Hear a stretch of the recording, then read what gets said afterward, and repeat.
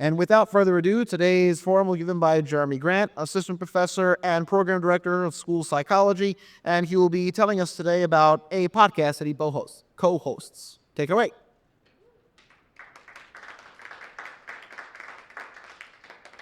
All right, everyone can hear me okay? All right, perfect. Thank you, Dr. D'Angelo, for that warm welcome. I really appreciate it. So I'm really excited to be here for my second Bergren Forum. I'll be talking today about a podcast that I co-host through the National Association of School Psychologists, which is the governing body for my profession. I co-host this podcast with a colleague of mine from The Ohio State University, Dr. Kamontá Heidelburg, who you see depicted up here as well. This work has been going on for about 1.5 years, and it's ongoing work. I'll be highlighting season 1 of the podcast primarily today, but we're currently going through season 2 as well. So really excited to share some of this work with you all. We should have some time to go through some questions, and I have time for comments as well towards the end. So although our time is short, I really want to be able to provide you with some insights from all the in-depth podcast conversations that we've had so far with Black males within our profession of school psychology. We've really had a great opportunity to build community and elevate their voices and experiences, and really starting to understand for a group that's so underrepresented within our profession, what are the barriers to their success, which that's important to highlight, but I think also taking that strengths-based approach, what are the ways in which they experience success and thrive and actually grow within the field as well. So we've had a lot of these in-depth conversations. And our hope as a part of this podcast is to use these insights, these experiences as a kind of leverage tool to address the workforce shortages that we have in our profession.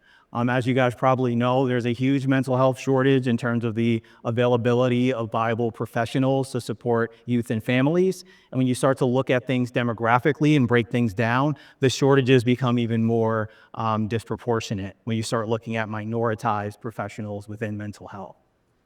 So as a part of our podcast, we want to be able to highlight these challenges and barriers to things like recruitment and retention, but also use those insights to have very informed kind of decisions about how programs and how institutions are working to recruit, retain, and include these minoritized professionals. So let me just give you a little bit of a lay of the land to kind of show you to start what my field of school psychology looks like in terms of those who identify as Black. Since the focus of the podcast was Black males, so I'm talking about some racial identity here. And some of these statistics also highlight gender identity, so the intersections of both race and ethnicity and gender are highlighted here. So if you just take a look at these statistics, you can see that regardless of whether or not these individuals are occupying spaces as graduate students, as practitioners, as faculty, these percentages are significantly low, right? And I want to emphasize that my field specifically highlights workforce shortages as one of its strategic goals. And they have initiatives that are directly targeting the recruitment and retention of professionals and students of color. So despite all that effort, these numbers are still continuing to be this low. So I think that's important to highlight, that we need additional initiatives and more understanding of how to promote this representation that we need within the field. To give you kind of the flip side, if the podcast is focused on racial, ethnic, minoritized individuals, thinking about Black males, then what's the landscape look like for those who identify of the majority in terms of race and ethnicity? Well, you can see it's significantly different. Our field is predominantly white, and you can see that that's the case in terms of faculty teaching in our programs. We can also see that in terms of the general membership of our governing body and also the students that are enrolled in the training program. So just trying to show you that flip side now, that this underrepresentation is very stark. And one of the common themes that I'll kind of highlight as I go through is our podcast guests were saying, if we can see it, we can be it. And clearly, if the numbers are very low in terms of representation for those of color, it's going to be harder to see yourself as being a professional within the field because you don't have access to those professionals, their lived experiences, their expertise, to see how that field might be a good fit for you based on your minoritized background as well. So just giving you a little bit of the lay of the land here. Now, aside from that underrepresentation driving our focus for doing this podcast, we also are very cognizant about the increasing diversification of the students who are enrolling in the school systems that school psychologists support across the country. I just pulled a couple of statistics from the Population Reference Bureau and also NCES, the National Center for Education Statistics. You can just see some of the examples here highlighting some increased diversity in terms of those identifying as Hispanic and multiracial. There were also some increases in terms of Asian American, Native American as well, but then there's a decrease in those identifying as white. So you can start to see this weird kind of dichotomy here of a lot of the professionals going into the schools doing this work are not necessarily looking like and serving as like cultural representatives of the students that they're working with. And the field has specifically put out policy statements highlighting that if we want to enhance culturally responsive service delivery, we need to first ensure that the field starts to be more representative of the student body that's being served. Right? So that's another reason why I think having this podcast is important, because we really wanted to figure out how can we elevate these voices, figure out barriers to recruitment and retention, so the field can start to align more with the kids that are actually enrolling in these schools. Now, who did we include as a part of our podcast? So we really wanted to focus on early career school psychologists starting out. We all know that when you first get into the profession, there's a huge transition, a huge learning curve that many people have to kind of overcome, especially since now they're practicing independently. They might not have access to that support that was built into their training programs, right? So that those folks that are just starting out tend to be most at risk for things like attrition, things like burnout. So we really wanted to focus on these early career individuals. Obviously, if the podcast is focused on Black males, we wanted to focus on those who identified as Black or African American males. And we tried to highlight a diversity of kind of spaces within the profession. So we pulled in folks who were practitioners, pulled in folks who were faculty members, but then we also had a little bit of a unique focus here where we started thinking about graduate students as well, because they're going to be the future of the field. And a lot of the research highlights that these barriers to recruitment and retention start out in graduate training programs with faculty that might not necessarily think about program climate and some of the unique supports that students of color may need to persist in the program to end up in the field after they graduate. So we wanted to also center the voices of those students because we realize that programs need to be carefully constructed to support the needs of students of color as well. So far, we have 10 episodes that are published on the NAS website for our podcast. And those 10 episodes highlight the unique journeys and experiences of 12 Black males within the field of school psychology. And again, that's including students, faculty, and practitioners. I mean, you see the breakdown of that listed here. Now, we had specific questions that we tried to ask every interviewee or every guest, really trying to make sure that we can understand from their perspective, what do they need to be successfully recruited, retained, and meaningfully included within the field. One of the preview points I'll highlight here is that a lot of the research in our field started out focusing on recruitment, but then they didn't really think about, once we bring people into these spaces, how do we keep them? And how do we make sure that the spaces are actually truly constructed for their success? So we really wanted to not just focus on the recruitment piece in these questions, but you see that we have questions related to retention, and we also have questions related to thriving and flourishing. Because I think there's a matter to say, I was retained, but I was struggling while I was in my program, or I was struggling in my professional role. And there's another thing to say I was retained, but I felt like I could actually thrive, and I felt like I'd actually be successful. So there's also layers to retention that we were trying to acknowledge as a part of the conversations we had as well. So I wanted to just make sure that piece is clear. Recruitment is necessary, retention is necessary, but that meaningful inclusion and making sure people really can be successful when they're retained, that shows the most positive outcomes when we're talking about this sort of work. Now, I want to get into some of the podcast discussions, so I'll kind of go through and give some overviews of the different conversations that we've had with these students, practitioners, and faculty.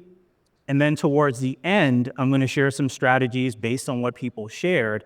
And you'll see that those strategies, even though I'm talking about school psychology, they're general best practices that I think can be helpful, regardless of if your profession is English, math, science, whatever the field is. They're general best practices that you can use if you're trying to recruit and retain students and professionals of color within your respective programs or respective kind of departments. So I just want to make sure that piece is clear as well. All right, so in season 1, we interviewed 4 faculty. Obviously, one of them should look familiar because it's me. To kind of just do a quick call out here, that kind of speaks to how underrepresented the field is. The fact that the co-hosts for this initiative had to use themselves as interviewees as a part of the initiative. So I just want you to let that sink in for a minute. So I want to go through and just give you a quick summary of what people shared. My co-host, great colleague, Kamontá on the bottom right, he was really highlighting how important mentorship was to his success. And I'm going to repeatedly mention this word mentorship because that's a common theme for the success and ability to thrive as a Black man within our field. But there's this weird dichotomy of mentorship is so helpful and beneficial, but accessing good mentorship is also hard to do. Because he was mentioning about how much legwork he had to put in to find a mentor who was culturally responsive, to find a Black male who has gone through graduate training, transition into academia, and who has been successful as a faculty member. All those criteria, that's kind of hard to find, especially when the numbers are so low, like I showed you before. So he was talking about that piece about the impact of mentorship, but the hard work he had to put in to find a good mentor. He also talked about research as well. He was saying that in our field, we oftentimes see folks of color, their research not necessarily being highlighted in the different papers that are being written, in the different classroom conversations that are being had across the university. So he was really highlighting like that piece of not having your work elevated also can be a form of kind of stress and kind of feeling like if my work is undervalued here or within this profession, maybe I can find another profession that might value me more or another institution that might value me more. So he talked a little bit about that. In terms of other faculty, Isaac on the bottom left, he shared a lot of points about how faculty serve as like recruiters of students of color within their respective programs, but he also tied in how that's really invisible labor. So oftentimes when we do that recruitment and retention specifically of those students, it doesn't really go anywhere on our faculty activity reports for the most part, and sometimes if it does, maybe it's not really counted as being as significant as it could be, especially given that's not necessarily part of our formal job description in most cases, to go out and source folks and bring them in and mentor them in that way. So he was highlighting how being a faculty member is already so hard, but how Black men tend to be the ones who are going out and doing that recruitment and retention of Black men who might be interested in getting into the field. So he highlighted that piece of acknowledging invisible labor as being important. During the interview that I did, I also talked about mentorship as being pivotal.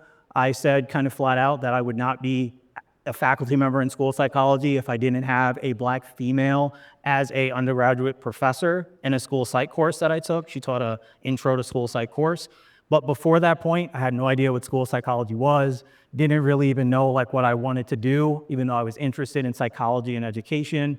And to me, that really, again, ties back to the idea of if I can see it, I can be it. I hadn't really thought about school psychology as a field until I saw someone who I kind of related to in that position doing good work, right? So again, I think if we're trying to address those workforce shortages, just physically having access to someone who shares a lived experience with you could be a recruitment and retention tool in and of itself. I also talked about a really important point here, and I get flack from NASP when I bring this up, but it doesn't matter. I highlight how we need to be more intentional about showing how we're being culturally responsive in the work we do. A lot of our programs at like the university level may say, we address racism, we address discrimination. That might be on paper in a handbook, but are we actually doing it boots on the ground when these sort of situations happen? Or are we kind of shying away from it, putting things under the rug and hoping that students don't report it to like administration, right? So I kind of talked in my interview about how If we're going to say it, then we need to demonstrate it and model it, because otherwise our program cultures are not going to be conducive to the recruitment and retention of the folks that we claim we want to recruit and retain, right? The last faculty member I'll mention here is Chavez. He's in the top left. Kind of like me, he talked about stumbling into the field, kind of just learning about it because someone of a shared identity also had mentioned it. But then he also talked a lot about self-advocacy, kind of proving worth, showing that he belonged as a part of the profession, and saying that that was something unique that he felt he had to do because of his identity as a Black male within our profession. He also talked a lot about isolation as being a faculty member. Oftentimes being a Black male faculty member in our field, you might be one of the only. And even broadly speaking, I'm thinking about AU, for example. I maybe know 4 or 5 other Black male faculty. So, I mean, there's not a lot of representation at that point, and that naturally can lead to that feeling of isolation, even from that physical representation that might be missing at your institution. So he talked a lot about how that isolation adds another barrier on top of the work that he has to do as a faculty member. So let me kind of summarize some of what we've kind of garnered so far from these folks. Underrepresentation obviously remains still a pressing challenge in our field, right? A lot of faculty really felt like not having representation in the field impacts the diversity of perspectives that students are exposed to in their training. It really can also impact the quality of the research that the program is also trying to put forth, right? All of us have to do scholarship as faculty, but that scholarship can look different depending on the composition of the faculty that are a part of that program. They also kind of hinted at this idea of, we can't just keep saying it's a pipeline issue and saying that if I go to undergraduate institutions, go to high schools, I recruit, that's going to address the shortages. They emphasize what I mentioned before, that there are true barriers both at the program and at the institutional level that can really dictate who enters the profession, who can persist within their training, and then also who decides to continue on into their profession and actually like get tenure or, become seasoned in the work that they're doing. So although recruitment is important, again, retention needs to be focused on as well. The other piece that they mentioned was the disproportionate workload strain. So like I mentioned how a lot of male faculty of color are the ones that are going out and doing recruitment, doing retention, mentoring other future individuals in the field. That doesn't necessarily go anywhere on a lot of our activity reports. And in some cases, we might be the ones charged with doing things like teaching the cultural diversity courses, addressing issues of discrimination that might come up between students because maybe it's assumed we're the experts since we have this identity. A lot of that then is disproportionate because the way our field is structured, everyone's supposed to be focused on social justice and cultural diversity, but then when it's disproportionately put on 1 or 2 faculty in a program, that is a huge burden that could lead to the attrition, the burnout that I mentioned before. And the faculty are reporting experiencing these sort of things. Lastly, they talked about early exposures. Like I said, I didn't really know about school psych until I was in, undergrad, even though going back home, I realized that my grade schools had school psychologists. So like I could have been exposed to school psychology even as a child, but I just never knew. So the faculty acknowledged that we can start to think about how we could expose youth to school psychology. They mentioned things like doing career days as school psychologists, going to undergraduate settings and forming relationships with undergrad psych departments that might be at your institution. Even going out into the community, because there are plenty of different enrichment kind of organizations in our communities where we might be able to share with students and families these different career paths that they might be interested in. So folks were talking about how we need to be very creative about that recruitment process. And kind of tied to that, just a quick point, they talked about program transparency. Now I'm just gonna have a gripe and just say it. Programs don't do the best job at explaining to students the true financial costs of their education. And a lot of the literature highlights that Black individuals tend to disproportionately be at risk for economic kind of strain, especially at the post-secondary level. I'll give you an example of what some of these hidden costs might be. We're going through our admissions process right now. If I don't tell a student When you get to your practicum kind of placement, you're going to have to drive there. So that means you're going to need a car, you're going to need gas, you're going to need money for lunch when you're at your site. If I don't mention all those things to a student, they're not going to fully understand, like, that's another added cost on top of just my tuition, right? And you can just think of that as one example. There are plenty of other hidden costs that programs don't necessarily tell students, and it's essentially described as a false sell, where you're told, here's the cost, here's what the experience will be like, and then when you're in it, now it's kind of too late to, leave. Now that you made the decision to come, now you're realizing you have to shell out all this extra money to be able to get the degree that you want to get. So I think that program transparency part is also very important for us to consider as well. We did talk to a few early career practitioners. So these aren't folks that are in academia who are teaching. These are folks who are working in K-12 settings, supporting public school youth and families. So the top right individual, David, he spent a lot of his interview kind of reflecting on graduate school. And I want to make this point clear. We had asked him about what his current kind of experience is like, but his graduate school experience was so challenging, I would probably say borderline traumatic for him, that he spent a lot of his conversation talking about that, talking about the lack of faculty support, talking about how he was experiencing burnout before he even got into working as a full-time school psychologist, right? And when you think about workforce shortages, do we really want a program burning out future practitioners before they even get into the field, right? And this is something that he was reflecting. One powerful point that I didn't want to forget to mention from his interview is that he said he regretted not attending an HBCU. He went to a predominantly white institution. Now that kind of hurt me because obviously we're at a predominantly white institution and I try my best to figure out ways to embed cultural responsiveness in what we do. But I also can understand how not everyone may have access to that sort of curriculum and that sort of faculty.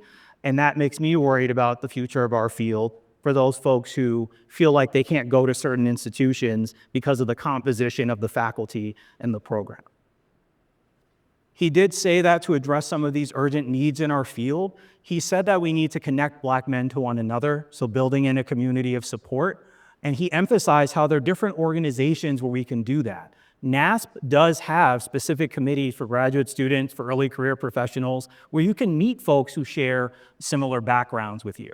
We also have a Black school psychologist network that runs a conference every year, and we have a chance to build community with other Black professionals in our field. So really just using those already built-in kind of organizations and spaces to expand social networks.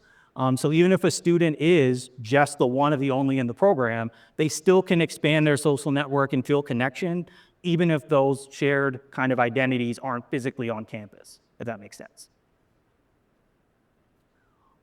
To highlight just a couple other points, Ronnie on the bottom right, he talked a lot about issues of belonging and navigating that unique identity of being a Black male within educational spaces.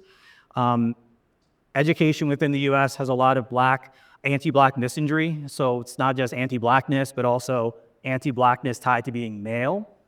So he highlighted some of that. And he talked about some of the isolation he's faced in the work he's done as a byproduct of some of that anti-Black misandry. He also highlighted this point that, like faculty, practitioners do a lot of work to recruit and retain individuals into the field. Practitioners also don't have a space to highlight that additional recruitment and retention work that they try to do as well. So again, if we're talking about accounting for the work people are doing, but also trying to make sure that we don't have workforce shortages, we need a way to account for that work and give them kind of acknowledgement for all of that effort, so that way it's not an additional quote-unquote burden on their plate above and beyond their traditional job description. The last practitioner I'll mention here is a good friend of mine. We both went to the same undergrad institution, Adelphi University.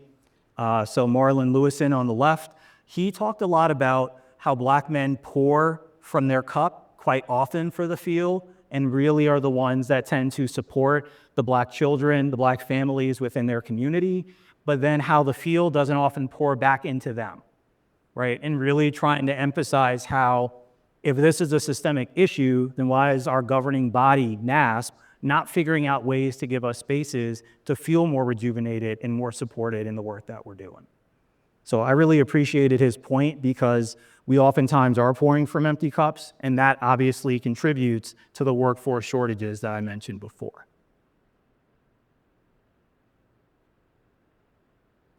Some general highlights just to mention across like all the conversations we had with the practitioners. Mentorship is something that they did speak to as being really important. So again, I had said mentorship is going to be a theme. It's been highlighted as being really important for their professional and personal growth.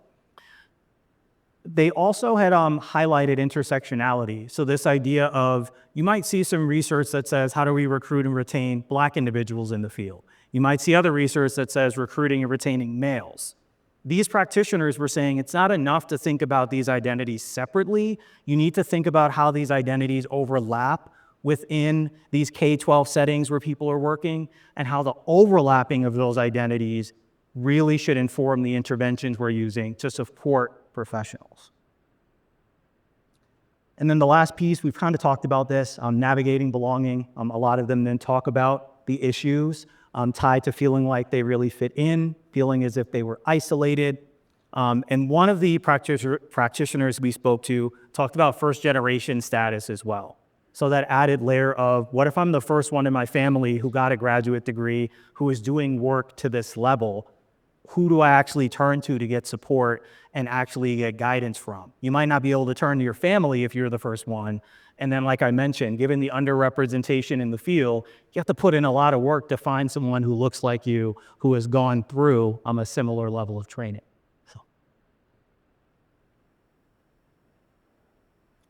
All right, last but not least, really quickly to highlight the graduate students, because we wanted to center their voices since they're going to be the future of the field.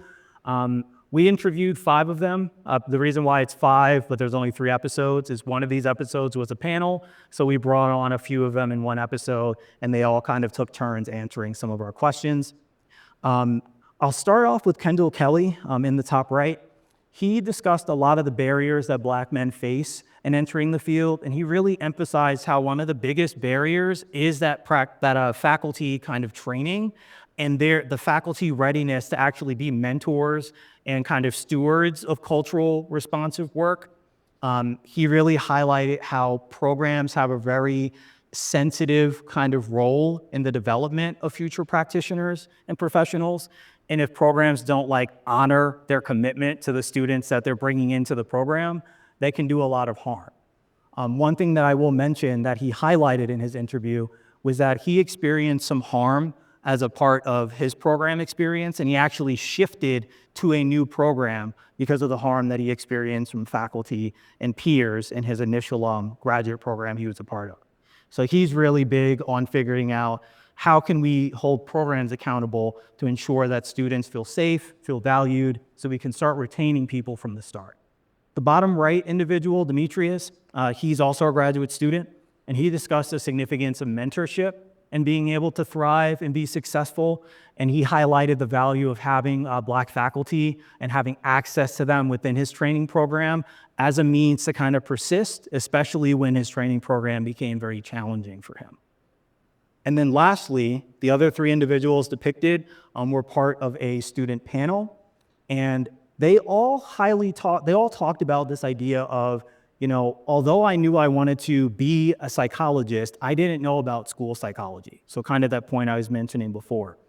And they talked about how without mentorship, without having fellowship with other Black professionals, they don't think that they would have actually ended up within the field of school psychology. So that theme of if you can see it, you can be it is coming back up again. They talked about how in that case, training programs need to figure out how to enhance their representation, both at the faculty and the student level, to ensure that individuals can have that sense of community and be able to connect with others who look like them as a means of persisting throughout the challenges of a training program. They did also talk about protecting mental health and well-being. They said that being so underrepresented in any field, a natural byproduct of that would be needing to protect yourself and make sure that you're able to manage that isolation and some of the stress that might come from being one of the only. So they emphasize how they really try to promote their own well-being to thrive as a student. So again, you see some very similar kind of themes, mentorship still being significant to people's success, regardless of the space that they occupy in the profession. These students were emphasizing, like I'd mentioned, grad programs have to be genuinely supportive, and they need to have culturally responsive and competent faculty. We actually just went through our accreditation process, and our accreditation process, they'll ask us about how we are committed to social justice, to cultural diversity. But one of the things that I wish NASP and other mental health professions would kind of focus on is actually showing like true accountability for each faculty member in this sort of work. Because as a whole, the program might be engaging in some of these pieces, but is it disproportionately falling on one or two faculty out of the rest of the group, right? And I think because all faculty have connections with students, we need to make sure that each one is actually committed and demonstrating that commitment to support these students. And then ultimately, they said we need continued efforts towards recruitment, and we also need to pair that with retention strategies, that if, again, we don't focus on both, we're not going to address the workforce shortages that are currently present within school psychology. All right, so to summarize, these are just some general challenges and burdens that have come up as a part of the conversations we've had. Folks were talking about cultural taxation, so this kind of idea where because you have this minoritized identity within spaces where you might be very underrepresented, you tend to be the one that by default has these different initiatives put on your plate that, again, may not count towards anywhere in terms of like your activity report or increasing your compensation. It may not necessarily count in some of those places. And because of that, lack of recognition and compensation, that can enhance that burnout, like I mentioned before. People also talked about emotional labor. So I'll give you an example of what I mean by this. Some of our podcast guests were talking about how they teach cultural diversity classes and how you're talking about racism, you're talking about being minoritized, all these tough things, right? That's heavy to talk about, especially when you're living it outside of teaching that class, right? That's emotional labor. And in some programs, faculty of color just by default are told by their director, you're teaching that this semester without necessarily having any input as to whether or not they should be teaching it, right? They should be given that choice to choose if they want to teach content that might be emotionally loaded for them.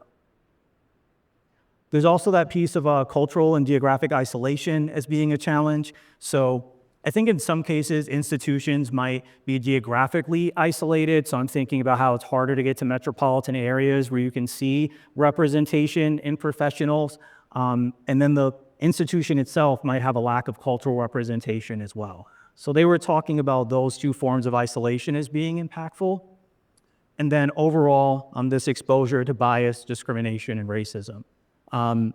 I remember I was having the interview with Isaac, one of the other faculty, and he was talking about some of the comments he would get in his course evaluations from his students that were more based on like his racial background and less than his competence as an instructor, as a faculty member. And it's kind of thinking about how does that then impact his willingness to continue serving as a faculty member within his respective program, right? Especially if he needs to balance this idea of if I leave, who's going to mentor and be a representative for these students of color within my program, right? So he kind of has to balance that piece of himself versus the students that he's committed to. I mentioned this, but I want to kind of go into a little bit more detail about how we can be good mentors. Although, again, it says school psychology, I think we could generalize this out to a lot of other fields. The research talks about this idea of having a liberatory approach. So folks that are focused on liberation or focused on dismantling systems of oppression that have historically marginalized and harmed individuals who are underrepresented, right?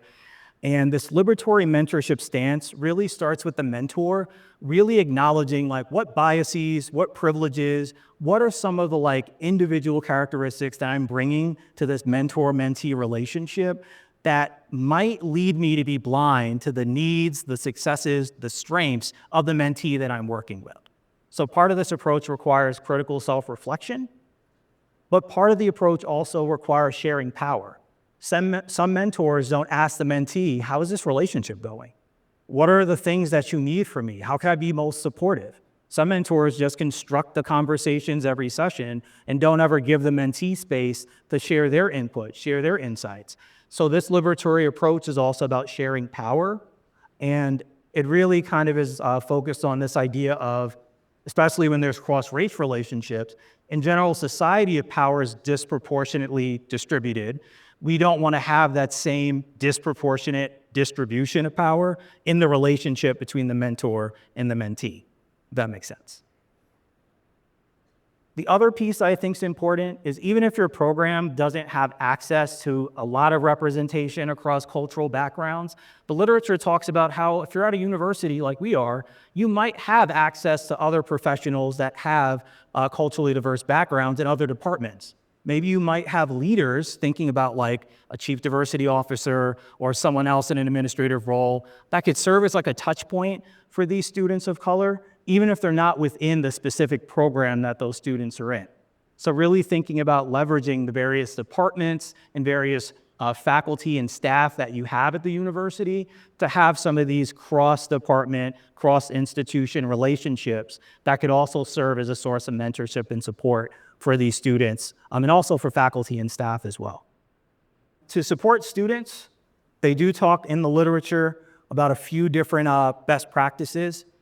When we first think about entry into these programs, I think it's important for us to kind of evaluate, like, are the recruiters actually trained to really understand how their process might be harming individuals before they even come into the program?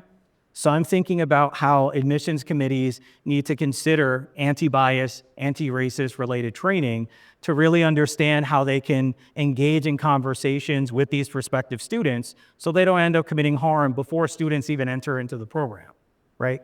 There are some instances where I've spoken to students who have said, you know, I've been asked some very interesting questions about like my financial aid status, or kind of like assumptions about kind of like their background just because they are a student of color who's applying to a program.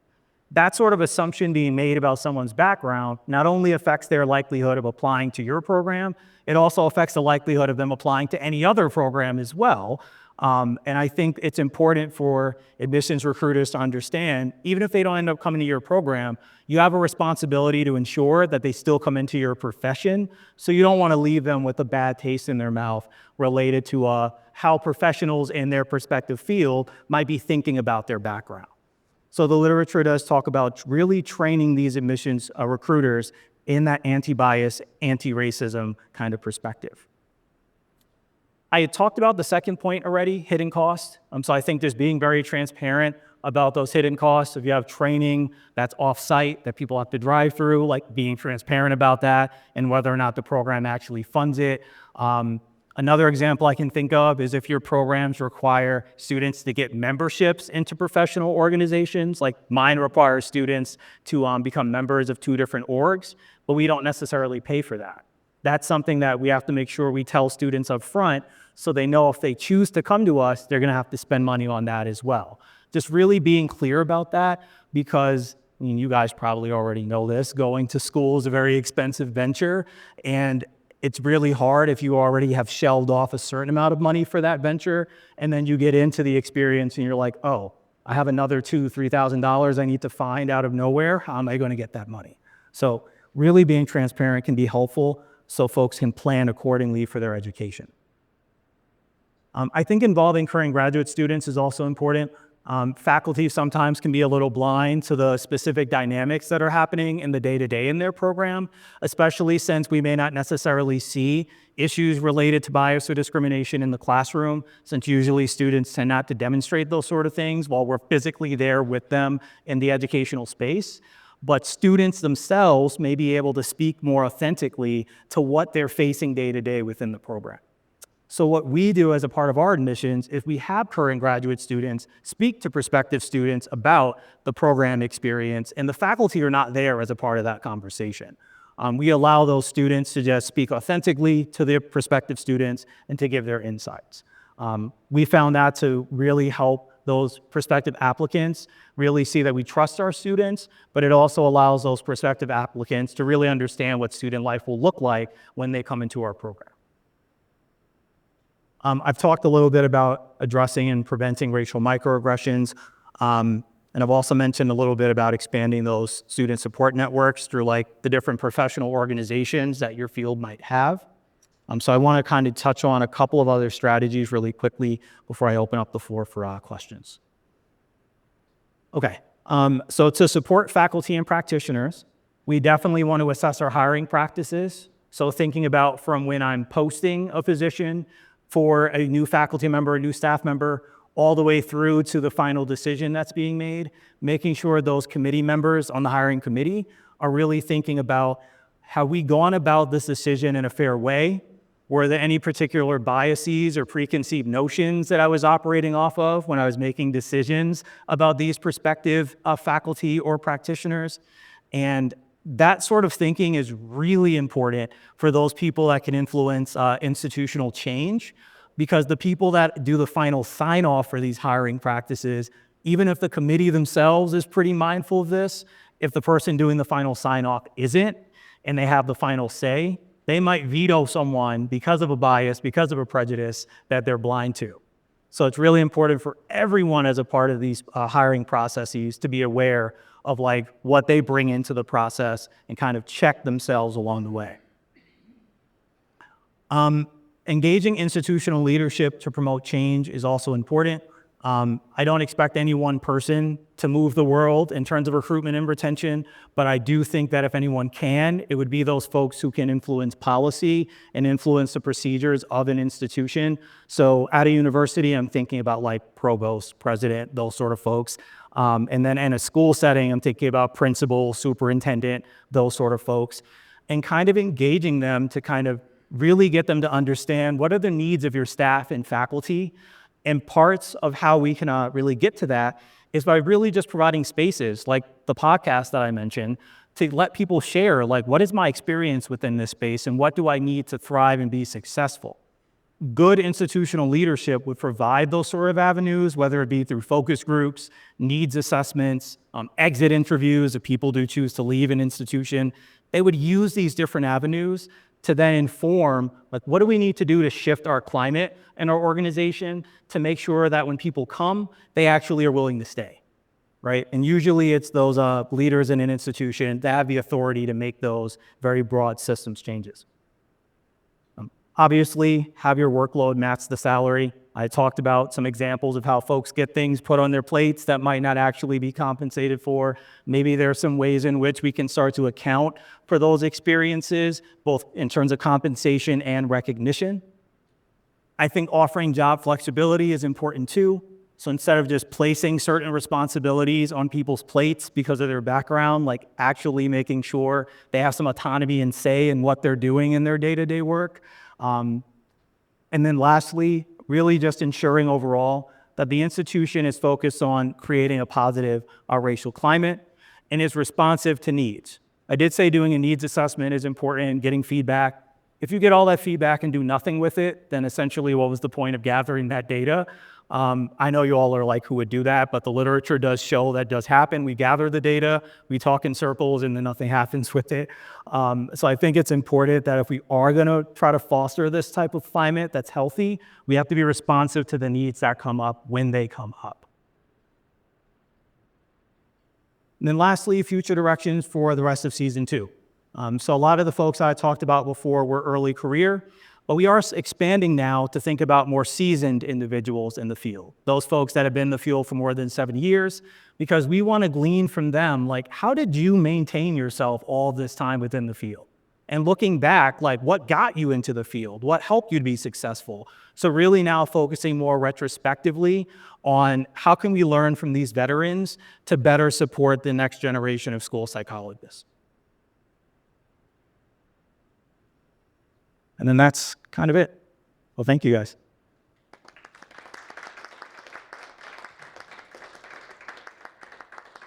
Questions for Geremy? I do have one also while I bring it over to Ian.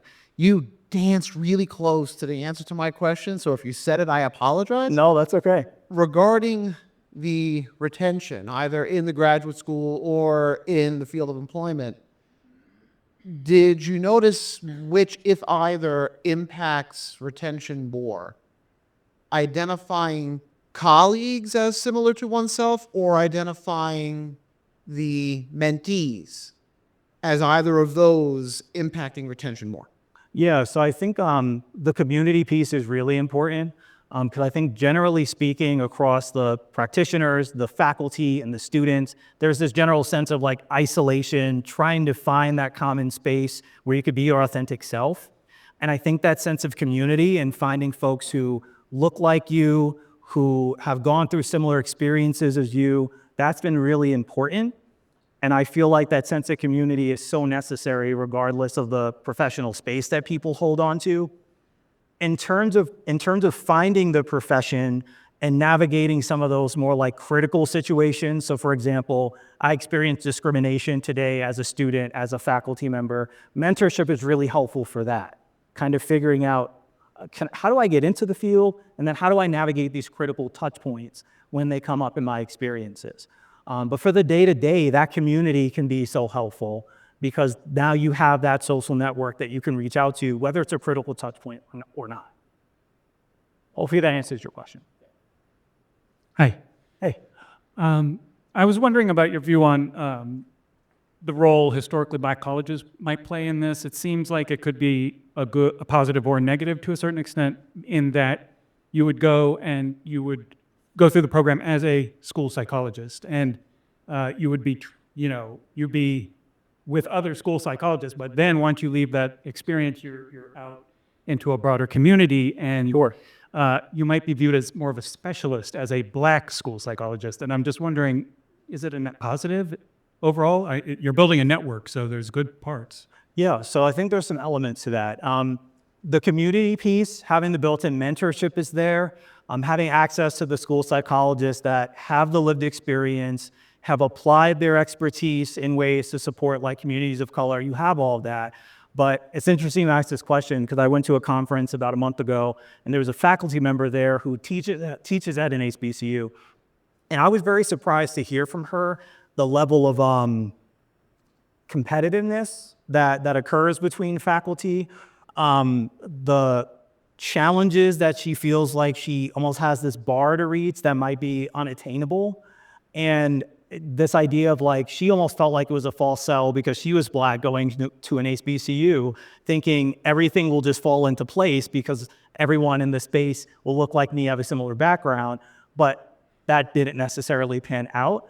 So I think the community piece is important. Having access to folks who can apply culturally responsive practices is important, but I think that if you just assume the shared background is enough by itself, that's not necessarily the case. It's very important, but I think the culture of the institution as well needs to be considered, even if everyone has the same background and identity. Of course, thank you. In terms of, you said that just in general, that school psychology involves what? Oh, sure. Yeah. I guess I didn't necessarily define what school psychology was. And I was actually rehearsing this. I was like, maybe I should define it because people are probably going to have no idea what a school psychologist is. So generally speaking, we're a subfield of psychology. We focus on supporting youth, usually birth to 21 years of age, to promote their development holistically. So thinking about academic, behavioral, social, emotional, all those aspects of development. But we also have very unique skill sets to understand how to best structure school systems to promote that type of development, and also how to consider like community kind of factors and how the surrounding community for a school system might also impact the development of youth and families as well. Do you find that there really is a difference in communities? If you go, 50 years ago, okay, my husband started out as a school psychologist in a small community. Sure. Okay. He's Jewish. Okay. He was the only one. Okay. And so, but his field was that he dealt with the mental health of students. Sure. Okay. From kindergarten through 12th. Sure. Do you feel that there is a difference in the Black community in terms of understanding? Okay. I hope that people have a sense, okay, but I know not everybody does, okay? And I'm wondering how you feel that challenge of being a Black person in a community that's Dutch Presbyterian and all white. Sure. Okay? Yeah, sure. So I think to answer your question about differences in communities, so I manage the field placement coordination for my program. So my students go out to like Sayo, Wayland Coacton, all these local school districts. And even from how they describe like the culture of these schools, it can be vastly different. So I'll give you an example of what I mean by that.